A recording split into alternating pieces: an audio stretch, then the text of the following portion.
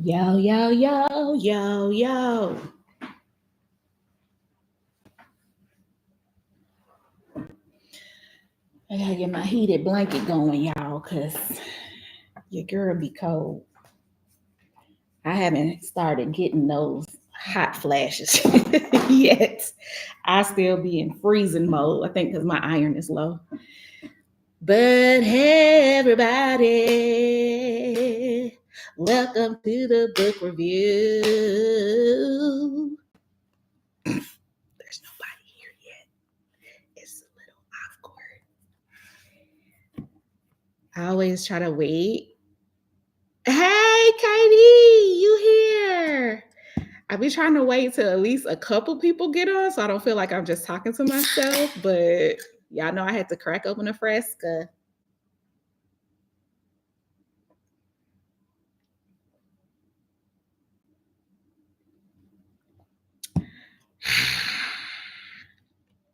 Refreshing. Today we are talking about this book called Rest is Resistance. And oh man, I meant to find, hold on, let me go find who. I ain't gonna be able to find it. Who am I kidding? I wanted to find the commenter that suggested Rest is Resistance. So if that's you and you know who you are, shout yourself out, because I meant to like screenshot it and put it in there or something. I don't know.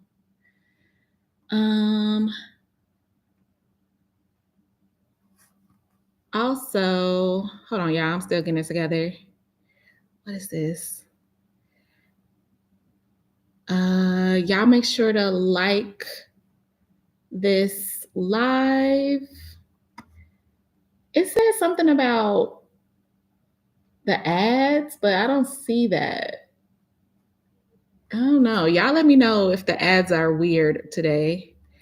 I was tempted to get a Fresca last week, but could only find a 12 pack. I just needed a store. I just needed a taste. If you get a can, which I highly suggest, it's only going to come in. They do have the minis. It's a 6-pack, the mini ones. It's like 8 ounces of whatever, but the cans only come in 12-pack. But you can get a bottled Fresca. Just like in the refrigerated section where they be keeping all the little Mountain Dew Baja Blast and stuff. And the Pepsis.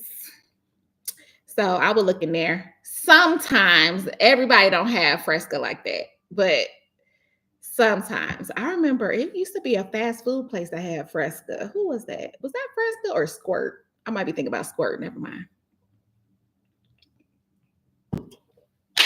Okay, y'all. Let's get into it. This book is called, let me put up my Audible because I did some clips again like I did last month. And before I forget, I've been influenced. Yes, girls, try it. Hey, everybody that I've gotten to try Fresca, they say they like it. Now, I will tell you the cons of Fresca. It is really good when it's like super cold out of a can for the first 7 minutes. After that, flat. You might as well just throw the rest of it away. It's not gonna give you that good burn no more that you craving. It's not gonna give you that. But if you drink it quick, as soon as you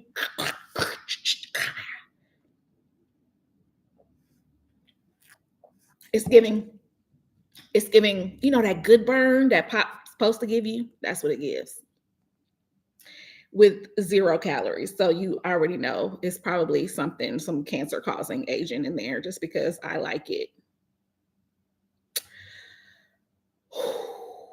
Okay, before we get started, because I will forget, not next month because it's May right now. This month, May's book is Matriarch by Tina Knowles. I have been wanting to do an autobiography and she just came out with this. So, crisp. That's a good word for it.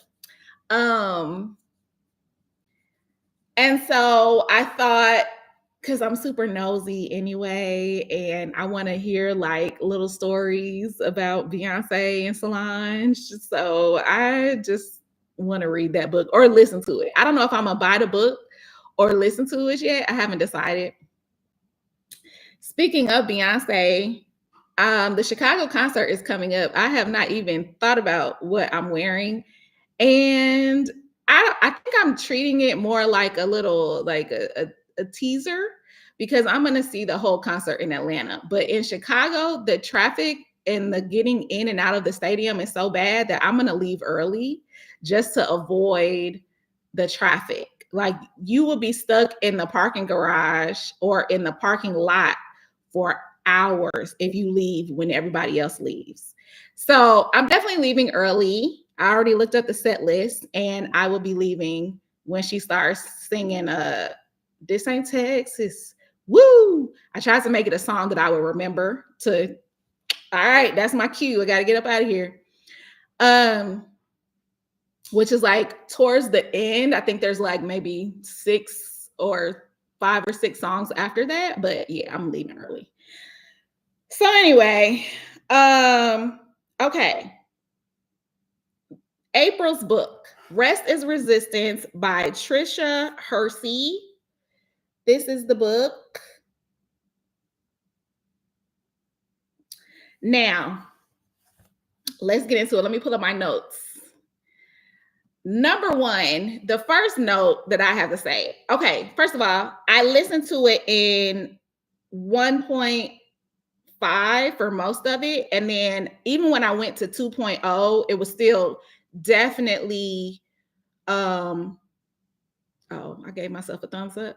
It was still definitely like listenable. Like, it wasn't like too fast where you couldn't hear anything that was going on. She talks pretty slow. When I play the clips, y'all will see like it, and it's the author herself that is the narrator. So it was cool. The narration was cool. It was cool. It was just, she was just reading it. There wasn't like anything fancy or anything like that in there. Y'all will hear it when I start playing the clips. But one thing that kind of got annoying as the book went on is that she says white supremacy and capitalism so many times. Like, I at one point I was like, should I count this? Because it was so often, it was like almost like every other sentence. And I know, okay, I'm going to tell y'all like the premise behind the book or whatever, but I know that this is like, what she's trying to fight against. But it was a lot. Like, I was like, can we come up with some synonyms or like a different way to say it? It was just white supremacy and capitalism, white supremacy and capitalism, white supremacy and capitalism. I was like, is she trying to brainwash me? I feel like she might be trying to get me I don't know. It was just said too many times. Okay. So, rest is resistance. The whole idea about rest being resistance comes from the author's, she said it comes from like her grandmother, her mother. She said her grandmother used to always say, hold on, I wrote it down. Her grandmother used to say, all rest ain't sleep, or something to that effect. And I like the thought of resting or napping, because she talks about napping as well. And I guess she is the founder of the Nap Ministry. I was like, hold on, is this the church that I need? But she is the founder of the Nap Ministry, whatever that means. She holds these like nap events. Listen, I don't know. She talks about it in the book, but something that I thought was very interesting is that she talks about the idea of napping or resting as another way to connect to a higher being or another realm or something to that effect. Like, she said that when you're sleeping, or when you allow yourself to dream or even daydream, you're allowing your brain to sort of regenerate or reset, and things start becoming clear. It's like almost another form of meditation, because if you do it purposefully, it is, like, by design, another form of meditation. So the reason why she was saying white supremacy and capitalism so many times, I'll tell you. Number one, she talks about white supremacy because America was built on the labor of Black bodies, right? So toiling and hardworking and impressing your boss / master and things like that have sort of been embedded into the DNA of African Americans. And so she's saying the whole reason for that is white supremacy in general. Like, that's her overarching reason for that. And for the capitalism part, she talks about how even from school age, like elementary school, you are taught how to wake up early, be here on time, break at a certain time, do what the teacher says, obey, obey, obey. And it is basically training you for work, to be a contributing member of the workforce. That's what she's saying that school is. Because, in daycare and stuff, you be taking naps. Like, them kids be like, nap time, shut all the lights off. I remember taking naps in like pre-K or whatever. Like, and then all of a sudden you don't do that anymore, because now we're about to start indoctrinating you into this work mindset, this go, go, go, go, go mindset. And she was saying how that is by design, that is on purpose, because they want people to be worker bees. And so that's why the school system is the way it is, with the standardized testing. And that's why everything is like, they want you to be a machine. They want you to be a cog in the wheel of the capitalist sort of industry or warehouse, right? I think about that I Love Lucy episode. I don't know how old y'all are, but there was a I Love Lucy episode where her and Ethel went and worked at the chocolate factory, and all they had to do was like put the chocolate in the box and put the box over there or something like that. And at first they were doing good. They were like, "Oh, girl, this is so easy. Like, we got this. And then it just kept coming faster. They were stuffing it in their mouth because they didn't want to look bad. They start eating the chocolate. They start throwing the chocolate away. It sort of reminds me of that. It sort of reminds me of that, because no matter how hard you work, they will always just give you more, and they will always just speed it up. Or there will never be I made it, I did it. There's always like another stack of papers that gets put on your desk, because that is the design that they have come up with. Now, she's speaking very specifically on the United States of America. Other places in the world, because when I was listening to it, I was thinking about other places in the world and how this might not be applicable for them. And yeah, I don't know. It might not be applicable everywhere, but the idea, the premise, sorry, Chicago being siren-y. The whole idea, the premise, there's something to it. There's something to it. And she said, let me play a clip because I want to play these clips in order of like what I'm talking about. Okay, so let me start at the bottom. Okay, so this clip comes from the introduction. Hopefully it's a good clip. I haven't listened to the clips. I don't know what they say.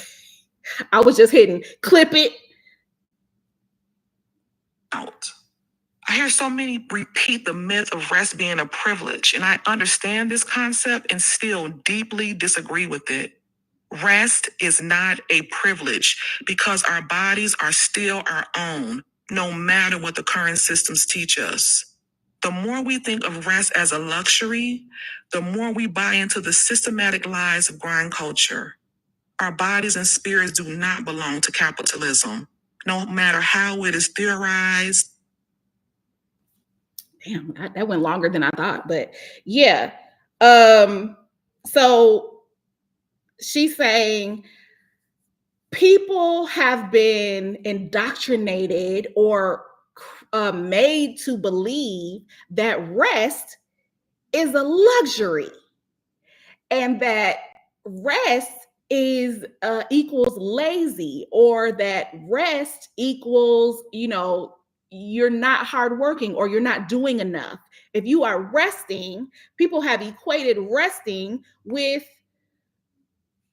not accomplishing.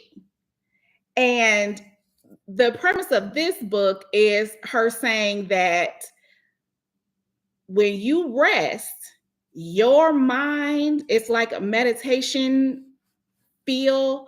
When you rest, even if you don't go to sleep, if you just sit and close your eyes and daydream, or she talks about daydreaming, or just like letting your thoughts wander for a certain amount of time or whatever, while taking deep breaths. She said it is actually a connection. It can be a connection to a deeper realm or another, get closer to God or whoever your peoples in them is. And I thought that was so interesting because everybody got an elder in their family that say, I wasn't asleep, I was just resting my eyes. That's like the joke or whatever. But it's interesting to actually on purpose rest your eyes and like actually close your eyes on purpose and just allow yourself to decompress, to allow your brain to release things, allow the thoughts to cease, or allow yourself to think about something else for a little while. And considering that rest is interesting to me. Because as a creative person, I daydream a lot, or like I have like random creative thoughts, like here, there, everywhere. And I never, like, when I think about it, or when I start having like creative ideas, I guess I never equated it with, oh, that came to me when my mind was at a state of rest. But it's really true. Actually, the theme song for Depression Nest, I'm sure I've told y'all this before, but the theme song, the whole theme song came to me in my sleep. And I woke up and I grabbed my phone and I pushed record and I said, there was a time, I'm half asleep. My house was neat and so was I. I was there back then. I would go out with my friends, but somehow the whole song, and I went back to sleep. And then I woke up the next day and I listened to it and I was like, wow, I like that. That's actually pretty good. I gotta find some music or whatever. Of course, I slept on it for 2 years. That came to me in like 2021 or something like that. And of course, I didn't do anything until whenever y'all saw me do something. It was years later, but I had the song in my phone and it came to me in that way. And I think that's why people say like ideas come to them in the shower, because in the shower, you're sort of on auto mode, like you're washing and you probably wash the same way every time. And so you're washing and you're not thinking about anything in particular, or maybe you are, but it allows you to focus either on something that you want to think about, but it also allows you to just zone out and sort of, because your body is moving, but it's on autopilot because it's something that you do every day. Something that y'all do every day, because your girl be depressed in a bit. Listen, the shower be seeing me sometimes. I don't know. I don't go nowhere. The sink be seeing me more than the shower see me. The sink, I be in there like a prostitute. That's it. That's all I got. That's all I got. That's all I got. Okay. Anyway, y'all know I got depression, so we're not gonna talk about that. But let me see what else. Showers. I don't know why showers feel so. And the last time I took a little whole bath, as my mama used to call it, the last time I took a little whole bath at the sink, I asked myself, because I washed my whole body at the sink, and I asked myself, Tracy, why wouldn't you just get in the shower? You're at the sink. The shower is literally right there, but yet you would rather do this than that. I couldn't answer it. I do not know why. I do not know why. Okay. But I don't know what it is, the mental link between depression and showering, or what the hurdle is there. But I don't know. I haven't figured it out yet. But okay.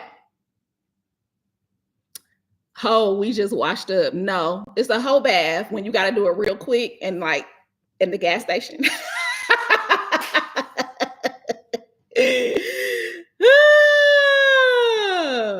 No, go on there and take a little whole bath. Okay. I'm looking at my notes. Sorry, y'all. Let me see. Okay, yeah. Depression Nest theme song came to me. Okay, so my creativity comes to me in a way that I sometimes I used to have to explain to my creative directors, back in the day or whatever, because they would walk past my desk and I would be on YouTube, or I would be doing something else, like not working. You would rarely walk past my desk and see me hitting the typewriter quickly, like rarely, because the way that ideas come to me is when I'm not thinking about them. So like I could be doing something else completely, and then it'll come to me. So now I always say to people, when people ask me for like an idea about something, I'll say, I'll put it in my subconscious and see what pops out like later, because I'm not like what about this? I could do that, but it's not going to be a good idea, or a great idea. But if I put it in my subconscious, my brain is like back there running a program or something. I don't know, but it comes out at a random time that I don't know. And maybe, in connection with this book, maybe when I am not forcing my brain to think about something, maybe when my brain is feeling like it can generate some ideas, it's not feeling stressed, it's not feeling pressured to come up with something on the fly or whatever, then it could spit out something amazing. So I literally would have to tell my bosses, and back in the day, like, hey, this is my style of work. I cannot just look at a blank white, Microsoft Word document and come up with stuff. That's just not how my brain operates. So I'm gonna be on YouTube, or I'm gonna be watching TV, or I'm gonna be, because I used to be in the break room watching Maury, and they would be like, Tracy, what are you doing? Fire me then. I don't know. Shoot, I got stuff to do. I'm trying to see who the daddy is. Okay, let me play this next clip. First, so that you can have enough in it to pour to others feels off balance. It reeks of the capitalist language that is now a part of our daily mantras. Language like, I will sleep when I'm dead, rise and grind. While they sleep, I grind. If it doesn't make money, it doesn't make sense. Wake up to hustle, and many more. The cup metaphor also is most often geared toward women. Okay. So there she talks about, y'all heard her talk about all of those little sayings that people have. And I remember in ad school, there were these weird posters of the president of our school. It was just a picture of his face. And then it's at the bottom, it said, sleep when you're dead. And they were all over the school. One time I was driving down the street and I saw one of those posters just on a pole outside in Atlanta.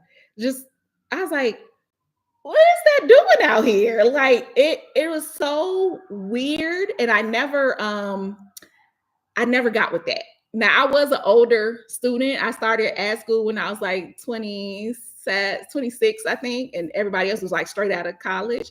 And so I was on some I'm gonna go take a nap. Meanwhile, the school would stay open 24 hours and people were sleeping at the school. Like people was working so much at school that they would just pop a squat on one of the couches or something and then wake up and still be getting to it.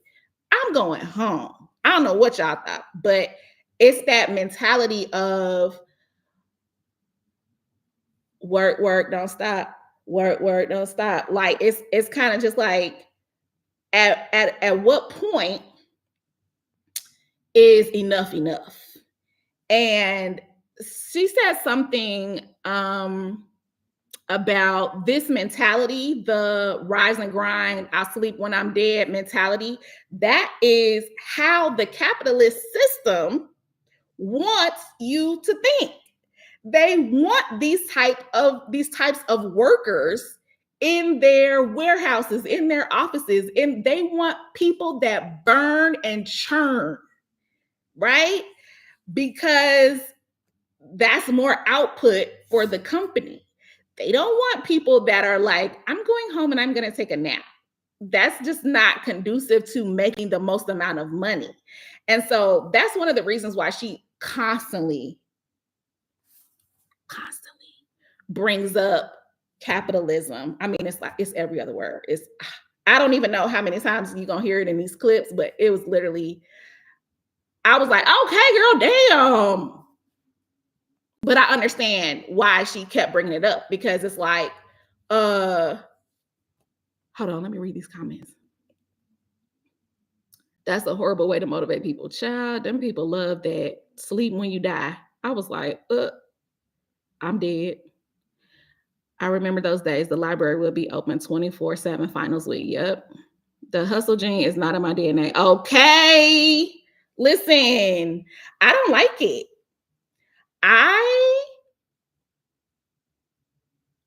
And my creativity don't operate in that way. I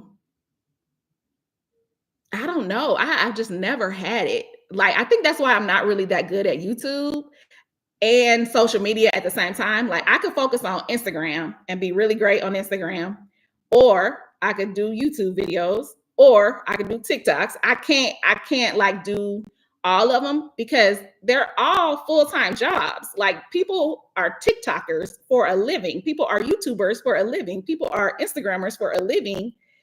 And you want me to do 3 jobs at once? I don't think so. I don't like it. So that's why it's hard for me to like wrap my brain around people who are posting 5 times on TikTok every day versus, and then they'll go to YouTube and post a long form version of what they just, and then they go to Instagram and in their stories, they got the behind the scene. I'm just like, I'm just one person. Like, I'm trying to figure out how to do it. But I know if this is the life that I want to live, I got to get better at that. So I watched a Shark Tank episode where this guy built his business to be able to give himself a 6-figure salary. He sacrificed for years, slept in his store for a while. He needed an investor to help him expand, but they wanted him to go back to struggling to prove he was dedicated to building his business. It's sickening. That's sickening to me. That is sickening. It's my business. I built it. I've already been sacrificing. And you still don't think that's enough. You, a rich person who probably hasn't done a whole bunch, still don't think I have sacrificed enough. I would have walked out of there. I would have walked out of there. I would have been like, and I'm out. Okay. They wouldn't invest in him because he didn't want to give up his salary. They didn't believe he wanted it bad enough. So I'm supposed to go broke and bankrupt. Okay. Let me play another clip. Oh, at the end of that clip that I just played, she got into like how it's particularly I guess hard hitting for women because women are workers and then they're moms and then they're wives and then they are, it's like you are doing the jobs of so many different people and they expect you to be good at all of them and they expect you to want to work them.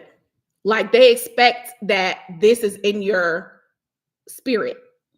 Like, oh, I just want to work myself to death. Oh, yeah, I love it. I love it. I'm exhausted. Yay.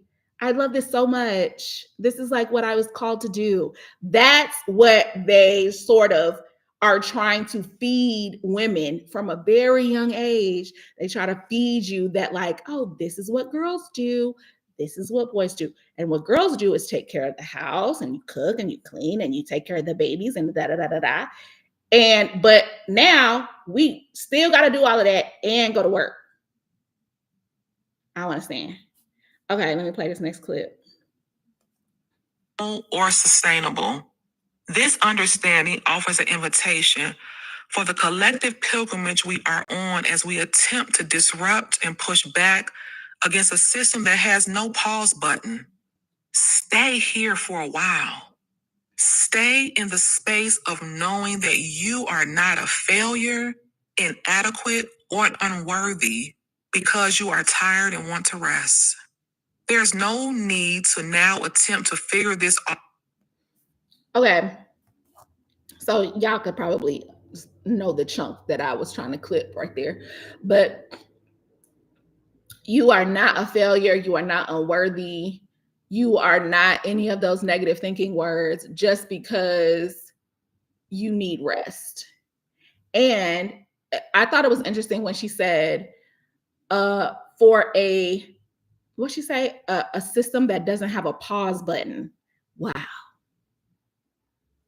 Wow. That's interesting. Because if you think about like other cultures, like I think in Japan, or I don't know if it's China or Japan, I think Japan, they have like these public nap like pods where you can like go in 15 minutes, take a nap, come out rejuvenated, Does she mention lazy? Yeah. She mentions that like, people will consider themselves lazy when they don't get everything done that they were supposed to do, or like when they feel tired, or when you accidentally fall asleep. Like if you were, doing something and all of a sudden you wake up and you're like, oh man, I fell asleep. They consider that like lazy, or somebody else might say, you lazy, you don't nah. This is why she's saying rest is resistance, because the system is set up to make us think that we're supposed to want that. We're supposed to want to constantly work, to constantly be doing. And so she's saying resting resting your brain, resting your body is an act of resistance because the system don't want you to rest, baby. They want you tired and overworked and exhausted. And she's saying you are in control of your body and your mind, and you can lay it down. Or even if you don't want to take a whole nap, you can close your eyes and just try to release some things just for 15 minutes or something like that. And so I thought that was like pretty profound. You know what I'm saying? Like, and this is, I am a person who I have never liked napping. I have never liked napping. And I always say, I don't think I nap right. I don't think I do it right because I would nap. I would go, I would like accidentally fall asleep and wake up 6 hours later. That's not a nap. That's a full sleep. And so, but I think looking back, that's my body trying to reclaim its time. Okay. Because I probably was working up all night, doing stuff, whatever, and just thinking I could operate off of 3-4 hours of sleep. And my body was like reclaiming my time, reclaiming my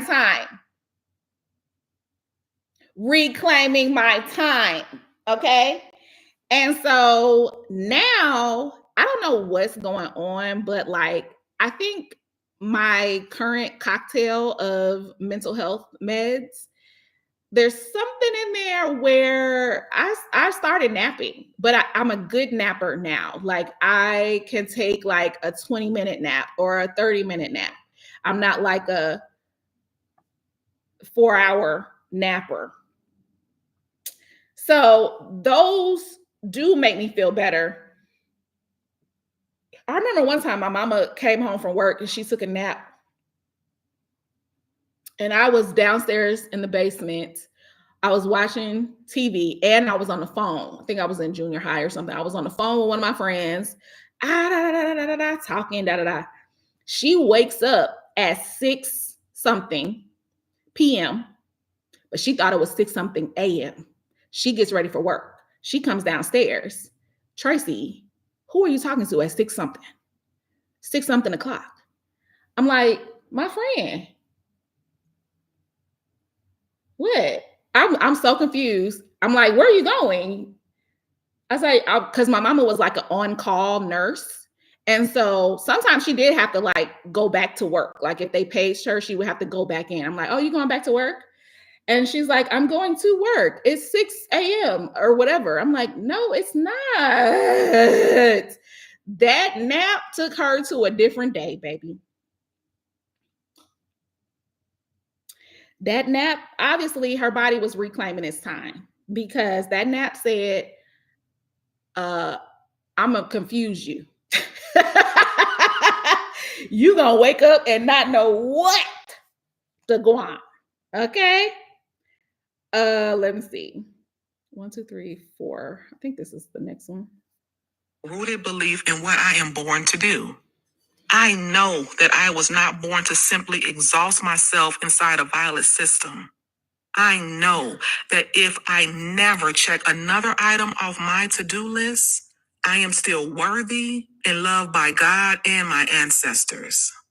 Black liberation theology taught me this and continues to be a burning flame in my hands and heart as it lights the paths before me when everything is.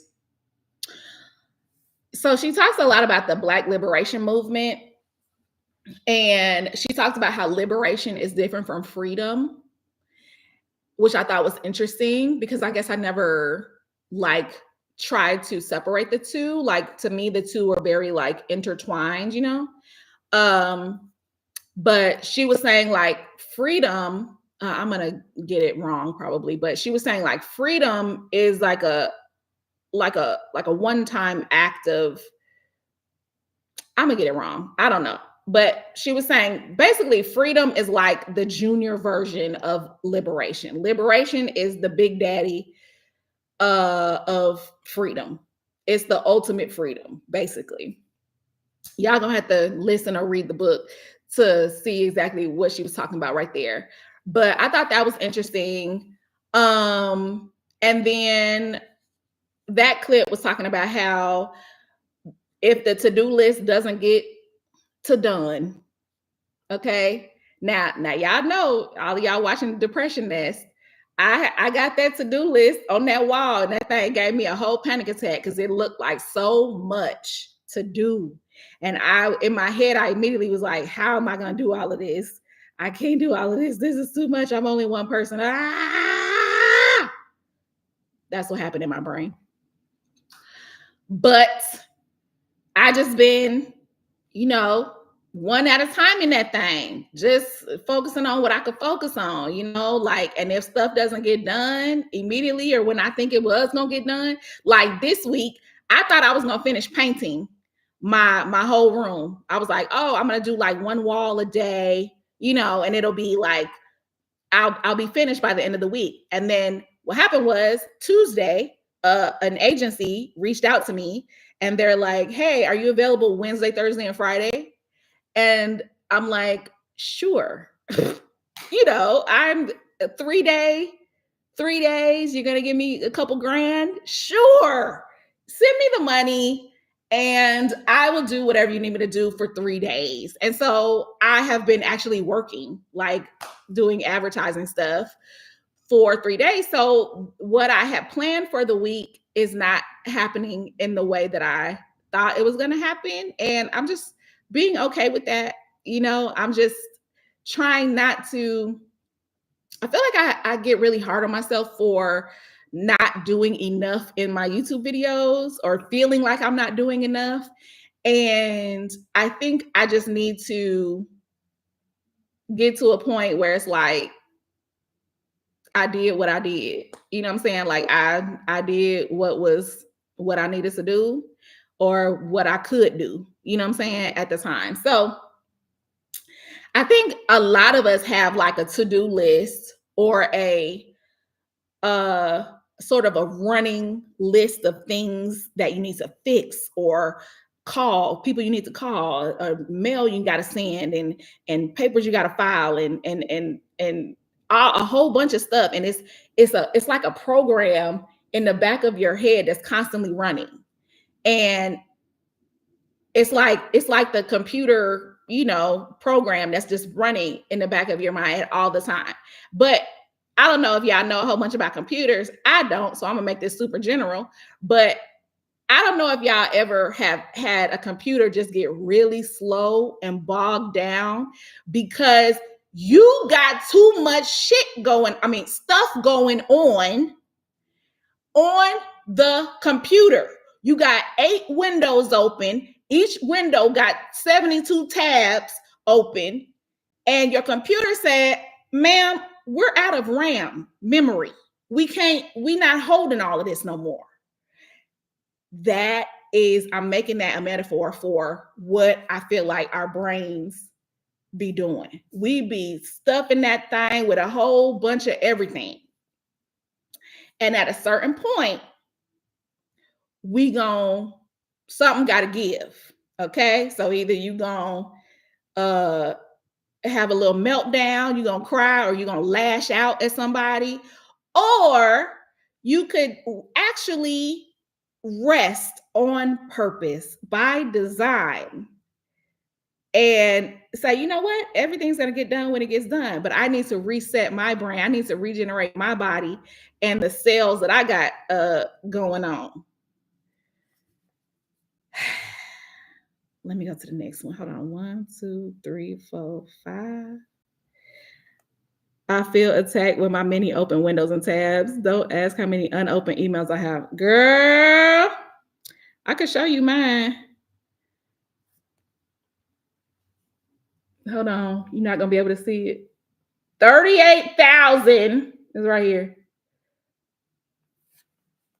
Yeah. And it's going to keep building up because I'm not going to go through all of them and mark them as read. I literally just look at my emails. I don't click into each one. Who does that? I mean, 1, 2, 3, 4, 5. Did I play this one? Down. 7. No. You are enough now. If you have to repeat this to yourself every day, do so. Begin to repair the way white supremacy and capitalism have wrecked your self-esteem and self-worth. 8. Understand exhaustion is not productive. You are not resting to gain energy to be more productive and to do more. 9. List. Okay, so there was this like list part where she was like saying things that you need to start telling yourself to be a part of the resistance, right? It's like and I was trying to clip, the one that I was trying to clip right there was the what did she say? Something about exhaustion is not like the prerequisite to having to rest. Like you shouldn't have to be exhausted to just rest. And I thought that was super interesting because I again, I really think that that is the way that we have been taught societally to think about rest. It's like you rest when you're super tired or you just gave birth or you just did something super arduous or like laborious. You know what I'm saying? It's just like, oh, I just ran a marathon. Now I deserve rest. But she's saying that is not the prerequisite for rest. Yes, I am enough now. Now, she said. Okay. I don't know where I'm at, child. They need to number the early clips. bird gets the worm. I will sleep when I'm dead. If you don't get up and get it every day, nothing will ever work for you. While y'all sleep, I grind. Burn the midnight oil to get things done. Team, no sleep. Rise and grind. And pull yourself up by your bootstraps. All these toxic sayings and more are part of the language of a culture determined to increase production and profit. Oh, that ended on a good like little note. But yeah, basically again, she's just talking about how even the little sayings that we have are basically brainwashing ourselves into being a part of the production of the big warehouse of the United States of America. And yeah, can we talk about the bootstraps? I mean, y'all know that I am basically a socialist at this point. Like I just think that governments should be there to give to people. That's it. The government is there to notice things that people need and give to people. That's what I would want. So things should be free. The government should be giving things, and it's for everybody. If everybody gets it, why? It, but there are people who think the complete opposite. Think like, oh, I worked hard to get what I got, so you got to pull yourself up by your bootstraps because I don't want you to get what I got for free when I had to work hard for it. It's like, bro, relax. All right, we're all people. Why wouldn't you want me to have because you have it, but you had to work for it? Like, relax, calm down. You should just be happy for me that I have it too now. But nah, they petty. Don't get me to going on the tangent, y'all. But I honestly, when the more she talks about like the capitalist society and like all of these different sayings and all of these different methods of learning, like the standardized testing in schools and things like that, the more that she talks about these things, I started realizing like, holy snap, they have been preparing us for working. That's what school is. That's what all of this stuff is. Did you do your homework? You're still working when you get to the house. You haven't stopped. And so by the time you graduate college, which they make college hard on purpose because they are preparing you to be in somebody's office and work at the same level. And I will tell you this, in advertising in particular, ad agencies love fresh out of ad school young kids.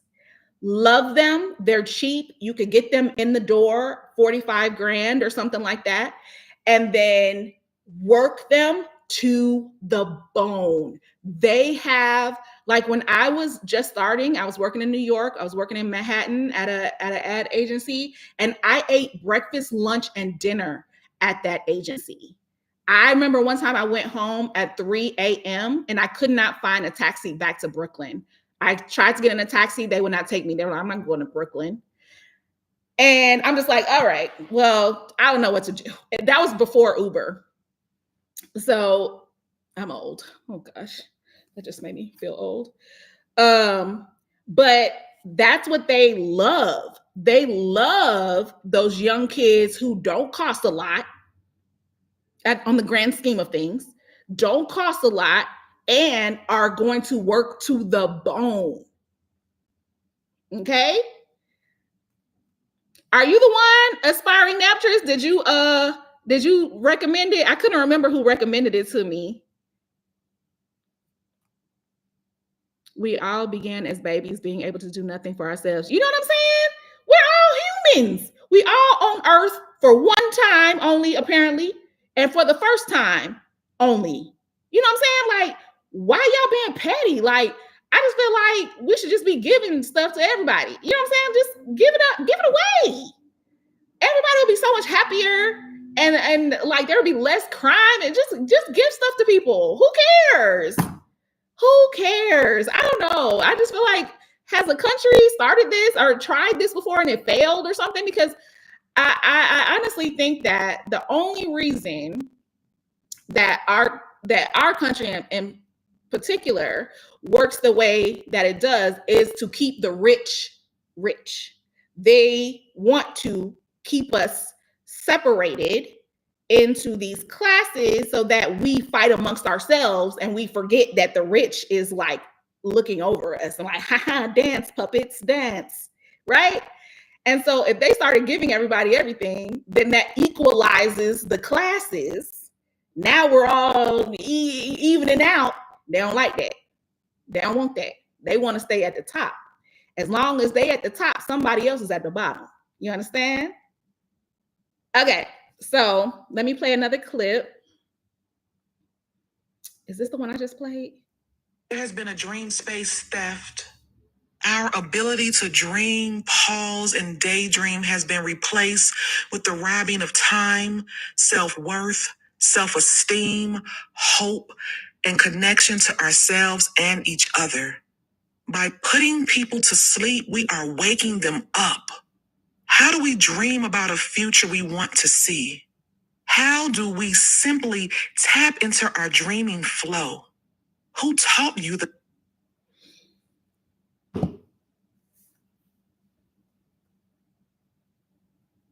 Clock it. Did you clock it? By putting people to sleep, we are waking them up. Clock that T. When she said that, I literally looked at my phone like, oh, yeah. Okay then. Listen,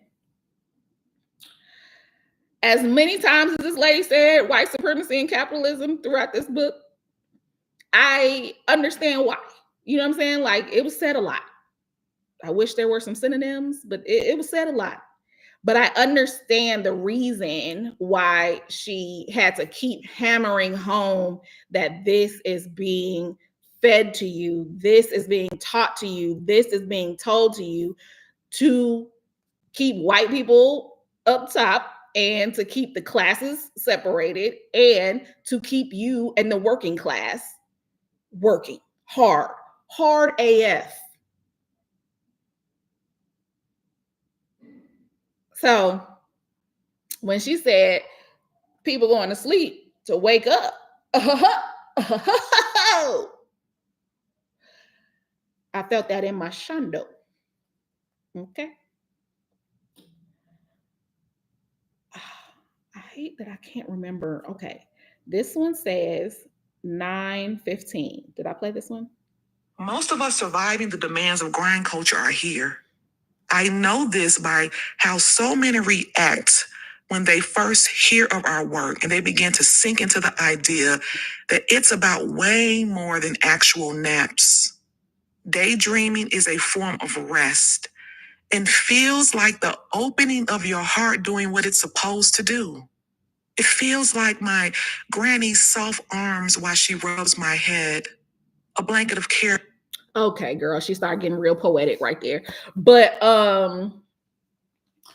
yeah, basically, okay, that was 9:15, right? I said 9:15 or 9:25. Damn. See, my memory is trash. I think I said 9:15. The system has been designed to leave us no time to sleep, perchance to dream. They don't want you dreaming. They don't want you to dream big, baby. And then you have to ask yourself, why? Why wouldn't they want you to dream big? Hello?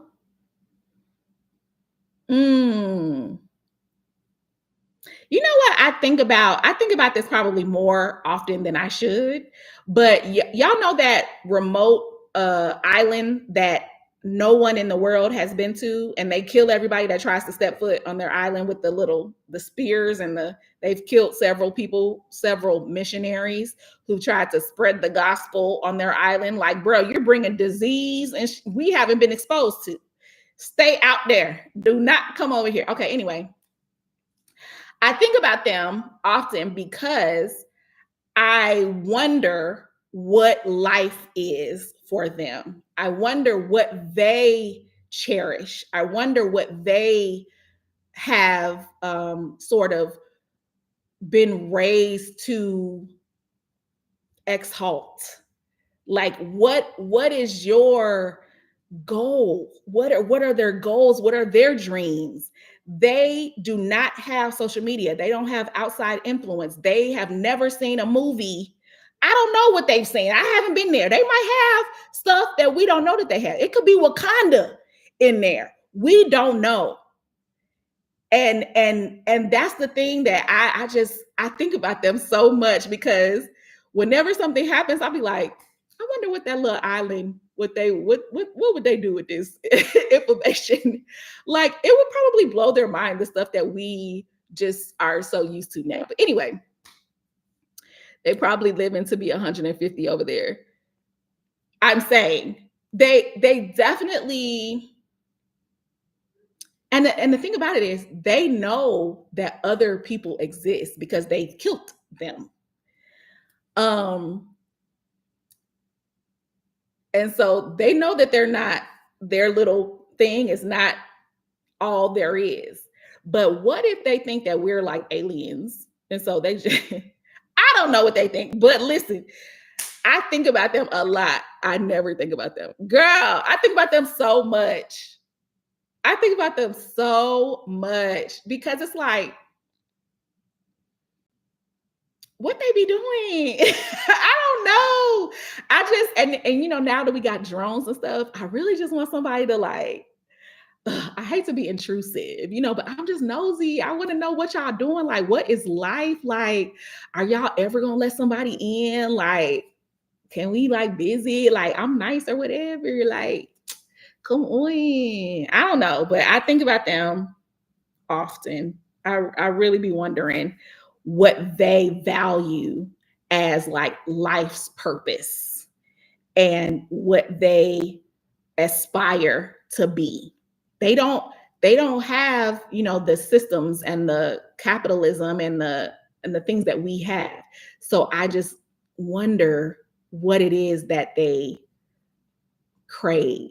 I remember I did my study abroad in Jamaica when I was in college, and I studied anthropology, which is the study of people and culture. And I thought that this would be an amazing semester because, first of all, I was in Jamaica. I was 20. No, yeah, I think I was 20 years old, and I was in Jamaica for a semester. And I was like, oh, we about to have a time of our life, baby. But I enjoyed that anthropology class more than anything else that I did on the island. And one time we hiked up the Blue Mountains, and there was a very remote, I forgot what they called their little shanty. I think it was shanty homes, shanty town or something. I don't know. But they had these little shacks that almost was the size of like 2 porta potties put together. And those were their houses. We got up to this thing and it was naked. Everybody was naked. Everybody was naked. The kids were running around happy. They were flipping into this waterfall thing. And like, it was a big cliff right off of their like living compound.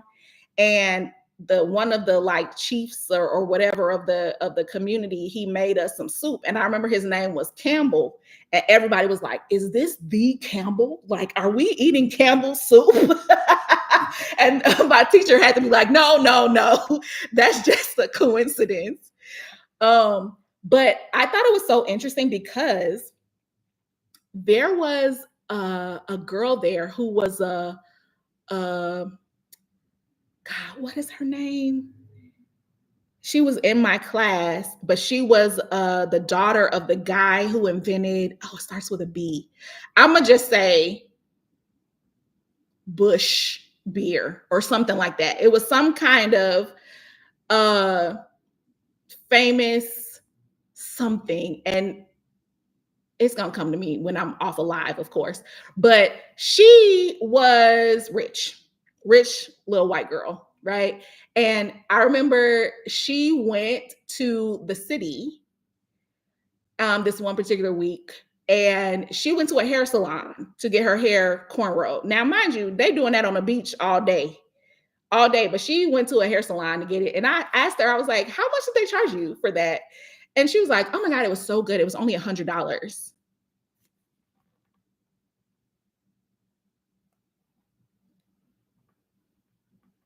In 2001,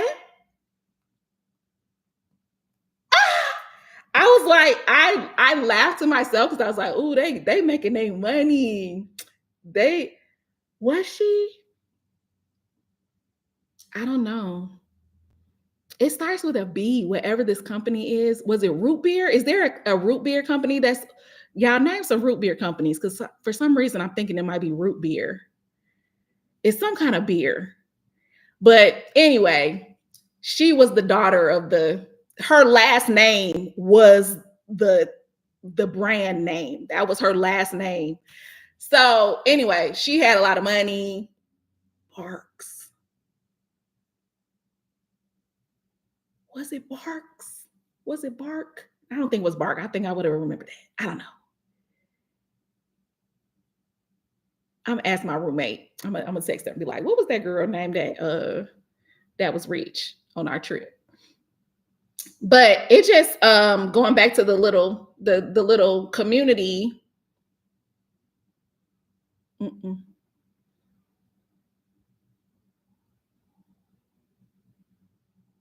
Maybe it was Bush. Like with the CH, the SCH. I don't remember. But that little community, when we went up there and we ate the soup and we sat on logs, like they didn't have like furniture or chairs or anything. They literally had these little shanty homes that, like I said, the size of 2 porta potties basically put together. And they made stuff out of like grasses. And this was like deep in the mountains. Like when you think about Jamaica, you think about like, oh, Montego Bay, Ocho Rios, Negril, blah, blah, blah.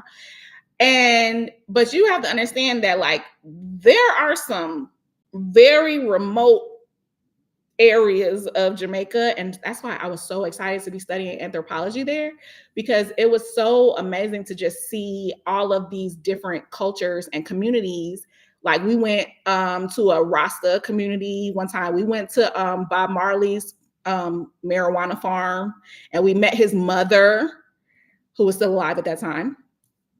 And a white lady got kicked out of the program because she went to the weed farm and got high, and they kicked her out of the program because it was on a school trip. If she would have got high on her own time, then they don't care about that because we was all, adults or whatever. But she got high on a school field trip, so they kicked her ass out real quick. But yeah, anyway, I really enjoyed seeing people who didn't have the things that we have, but they were happy.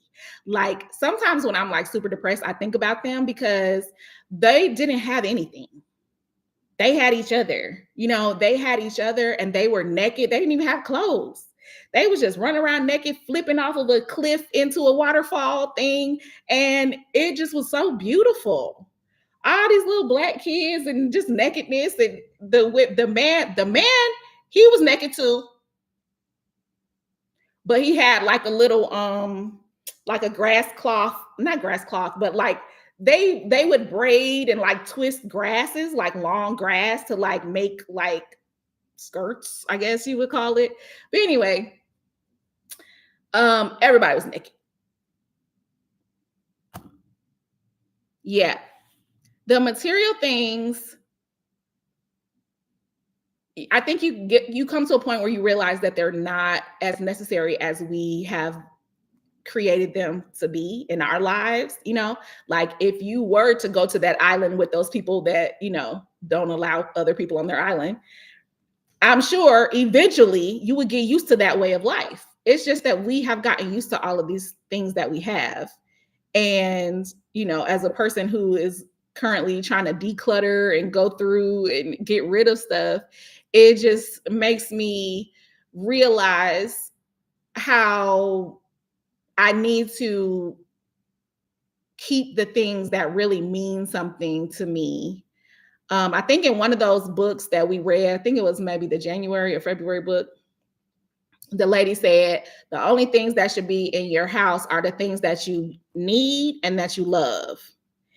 And that's it. If you don't need it or love it or a combination of both, then it should not be in there. And so I think about that sometimes too.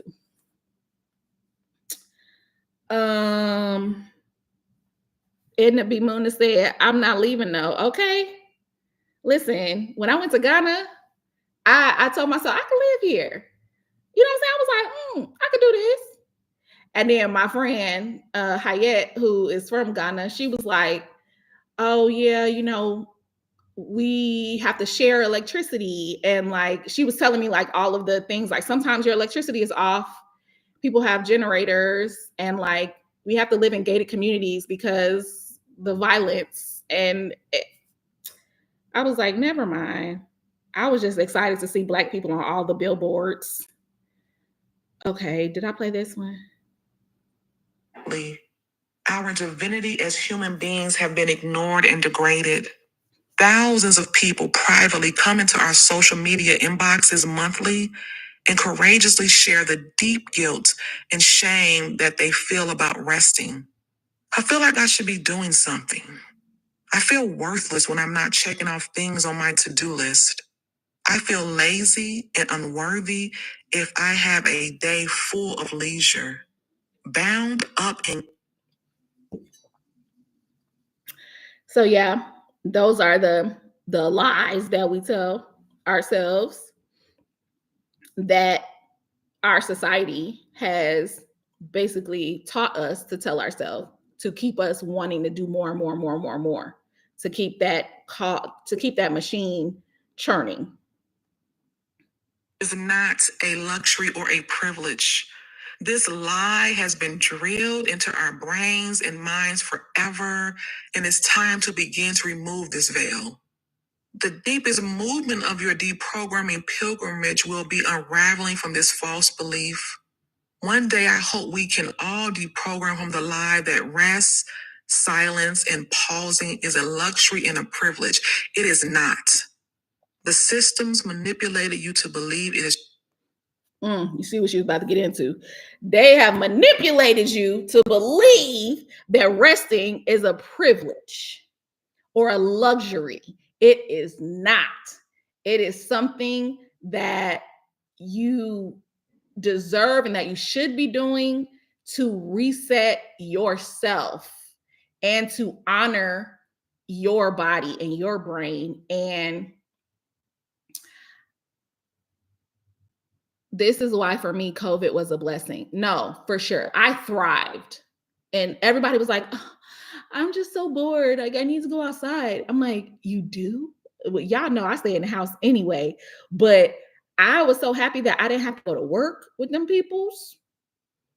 And it was like I was getting stuff done. You know, it's like, I don't know. And now I feel like going to an office is very antiquated. It seems very like 2000 and late. You know what I'm saying? Like, why are we doing that? The RTO. Oh, here's our RTO plan, our return to office plan. Ill. Why? You know why? Because a lot of those companies signed 15, 20, 30, 35-year leases. And they need people in those seats to make it make sense. That's the only reason that all these places have RTO plans, because they got a lease, they got to pay, and they got to make it make sense financially. Okay, this is my last clip. Freedom. We can test out what it feels like to be without the limits of capitalism. Nature's way is growth. You cannot achieve deep rest in a consistent way if we don't detox regularly from social media and the internet. Technology is not built to support our rest or make space for our rest. Social media is an extension of capitalism, and we must be constantly critiquing it for what it is doing to our bodies. So I had clipped that because I thought that was interesting, in that we have evolved to a place where social media is a career. And now, in addition to using social media for leisure, people are also using it for work. And so it has made itself mandatory, damn near. And she's saying that a lot of the things that social media shows you, has you comparing in your head and other people grinding and you not grinding or whatever. It just does a disservice to your mental, to your body. And I thought it was nice where she said, even in nature, the change. What did she say? Hold on, let me play it again. We can test out what it feels like to be without the limits of capitalism. Nature's way is growth. That part. So without the manipulation, without the limits of being told how to be, where to be, what to do when you get there, nature still evolves. Nature grows. That tribe and that island, they still doing something over there. They've been over there for thousands, 100,000 million years. I don't know how long, but they probably still got dinosaurs over there. You know what I'm saying? As pets. I'm thinking very Flintstones. You know what I'm saying? But the way that she said, without the limitations, like if you look at things that don't have those limitations or those belief systems that we have been raised to believe, look at what they're doing. The trees are still blooming. The grass is still growing. They have never been subjected to what we are subjected to, and still they rise. Okay? Hello? Clock it. All right, y'all. That's all I have for today. Thank y'all for watching. Like this live for some reason. I don't know why they be telling People be telling us to do that, but I'm gonna tell y'all because people be telling me. The cycle will begin again soon. Yeah. In America, at least, we are definitely coming to an edge of some sort of cliff. Like we're about to, something is about to turn over. I don't know what that is, but I was about to say something. Oh, the book for May is Matriarch by Tina Knowles. I announced it at the beginning of this live, but I just wanted to say it again for anybody that didn't hear or wasn't here in the beginning. The book is Matriarch by Tina Knowles. You can read it like the actual book, or you can listen to it on Audible or wherever you listen to your books. I still haven't decided if I'm going to listen to it or read it. I think I'm going to listen to it just because I want to hear her. I think she's the narrator, so I want to hear her tell a story, you know? But yes, y'all have fun at your Beyonce concerts coming up. I know Chicago is coming up very quickly. And y'all have a good one. And just remember that rest is resistance. So take your power back. Rest today, tomorrow, and forevermore. Okay? We all deserve it. You are worthy of it. And it's not something that makes you lazy or you know that you aren't getting things done. Oh my God. Rumi is so cute. Her excitement, I just can't even. And Blue, oh my gosh, she's a little baddie. She's just a little baddie now. Somebody said she looked more like Beyonce than Beyonce. and the internet clowned that baby. The internet clowned that baby. Y'all thought that baby was gonna be so ugly. Don't do her. Don't ever do them Beyonce jeans. Please. Please. Okay, anyway.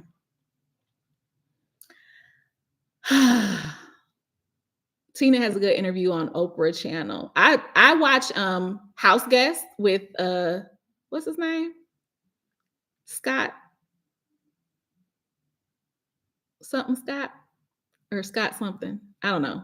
But she was on there and it was a really good interview. I love that show, House Guest, on YouTube.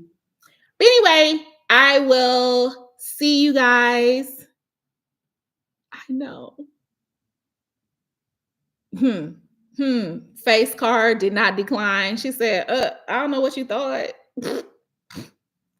My mama could procreate with anybody. We still gonna be gorgeous. I don't know what you thought. Okay. Clock it. Period. All right, y'all. Love y'all down. If you have depression, you are not alone. And I don't know what's coming up. Because I got a whole bunch of different videos in the edit bay, but y'all just keep watching. I appreciate all of y'all that follow me and watch. But yeah, I will see y'all next time. Y'all go read that book or listen to that book so that we could all talk about it next at the end of the month or whenever that is. Okay, love you. Bye. Oh, this is awkward because I still have to hit buttons. Oh God. Okay.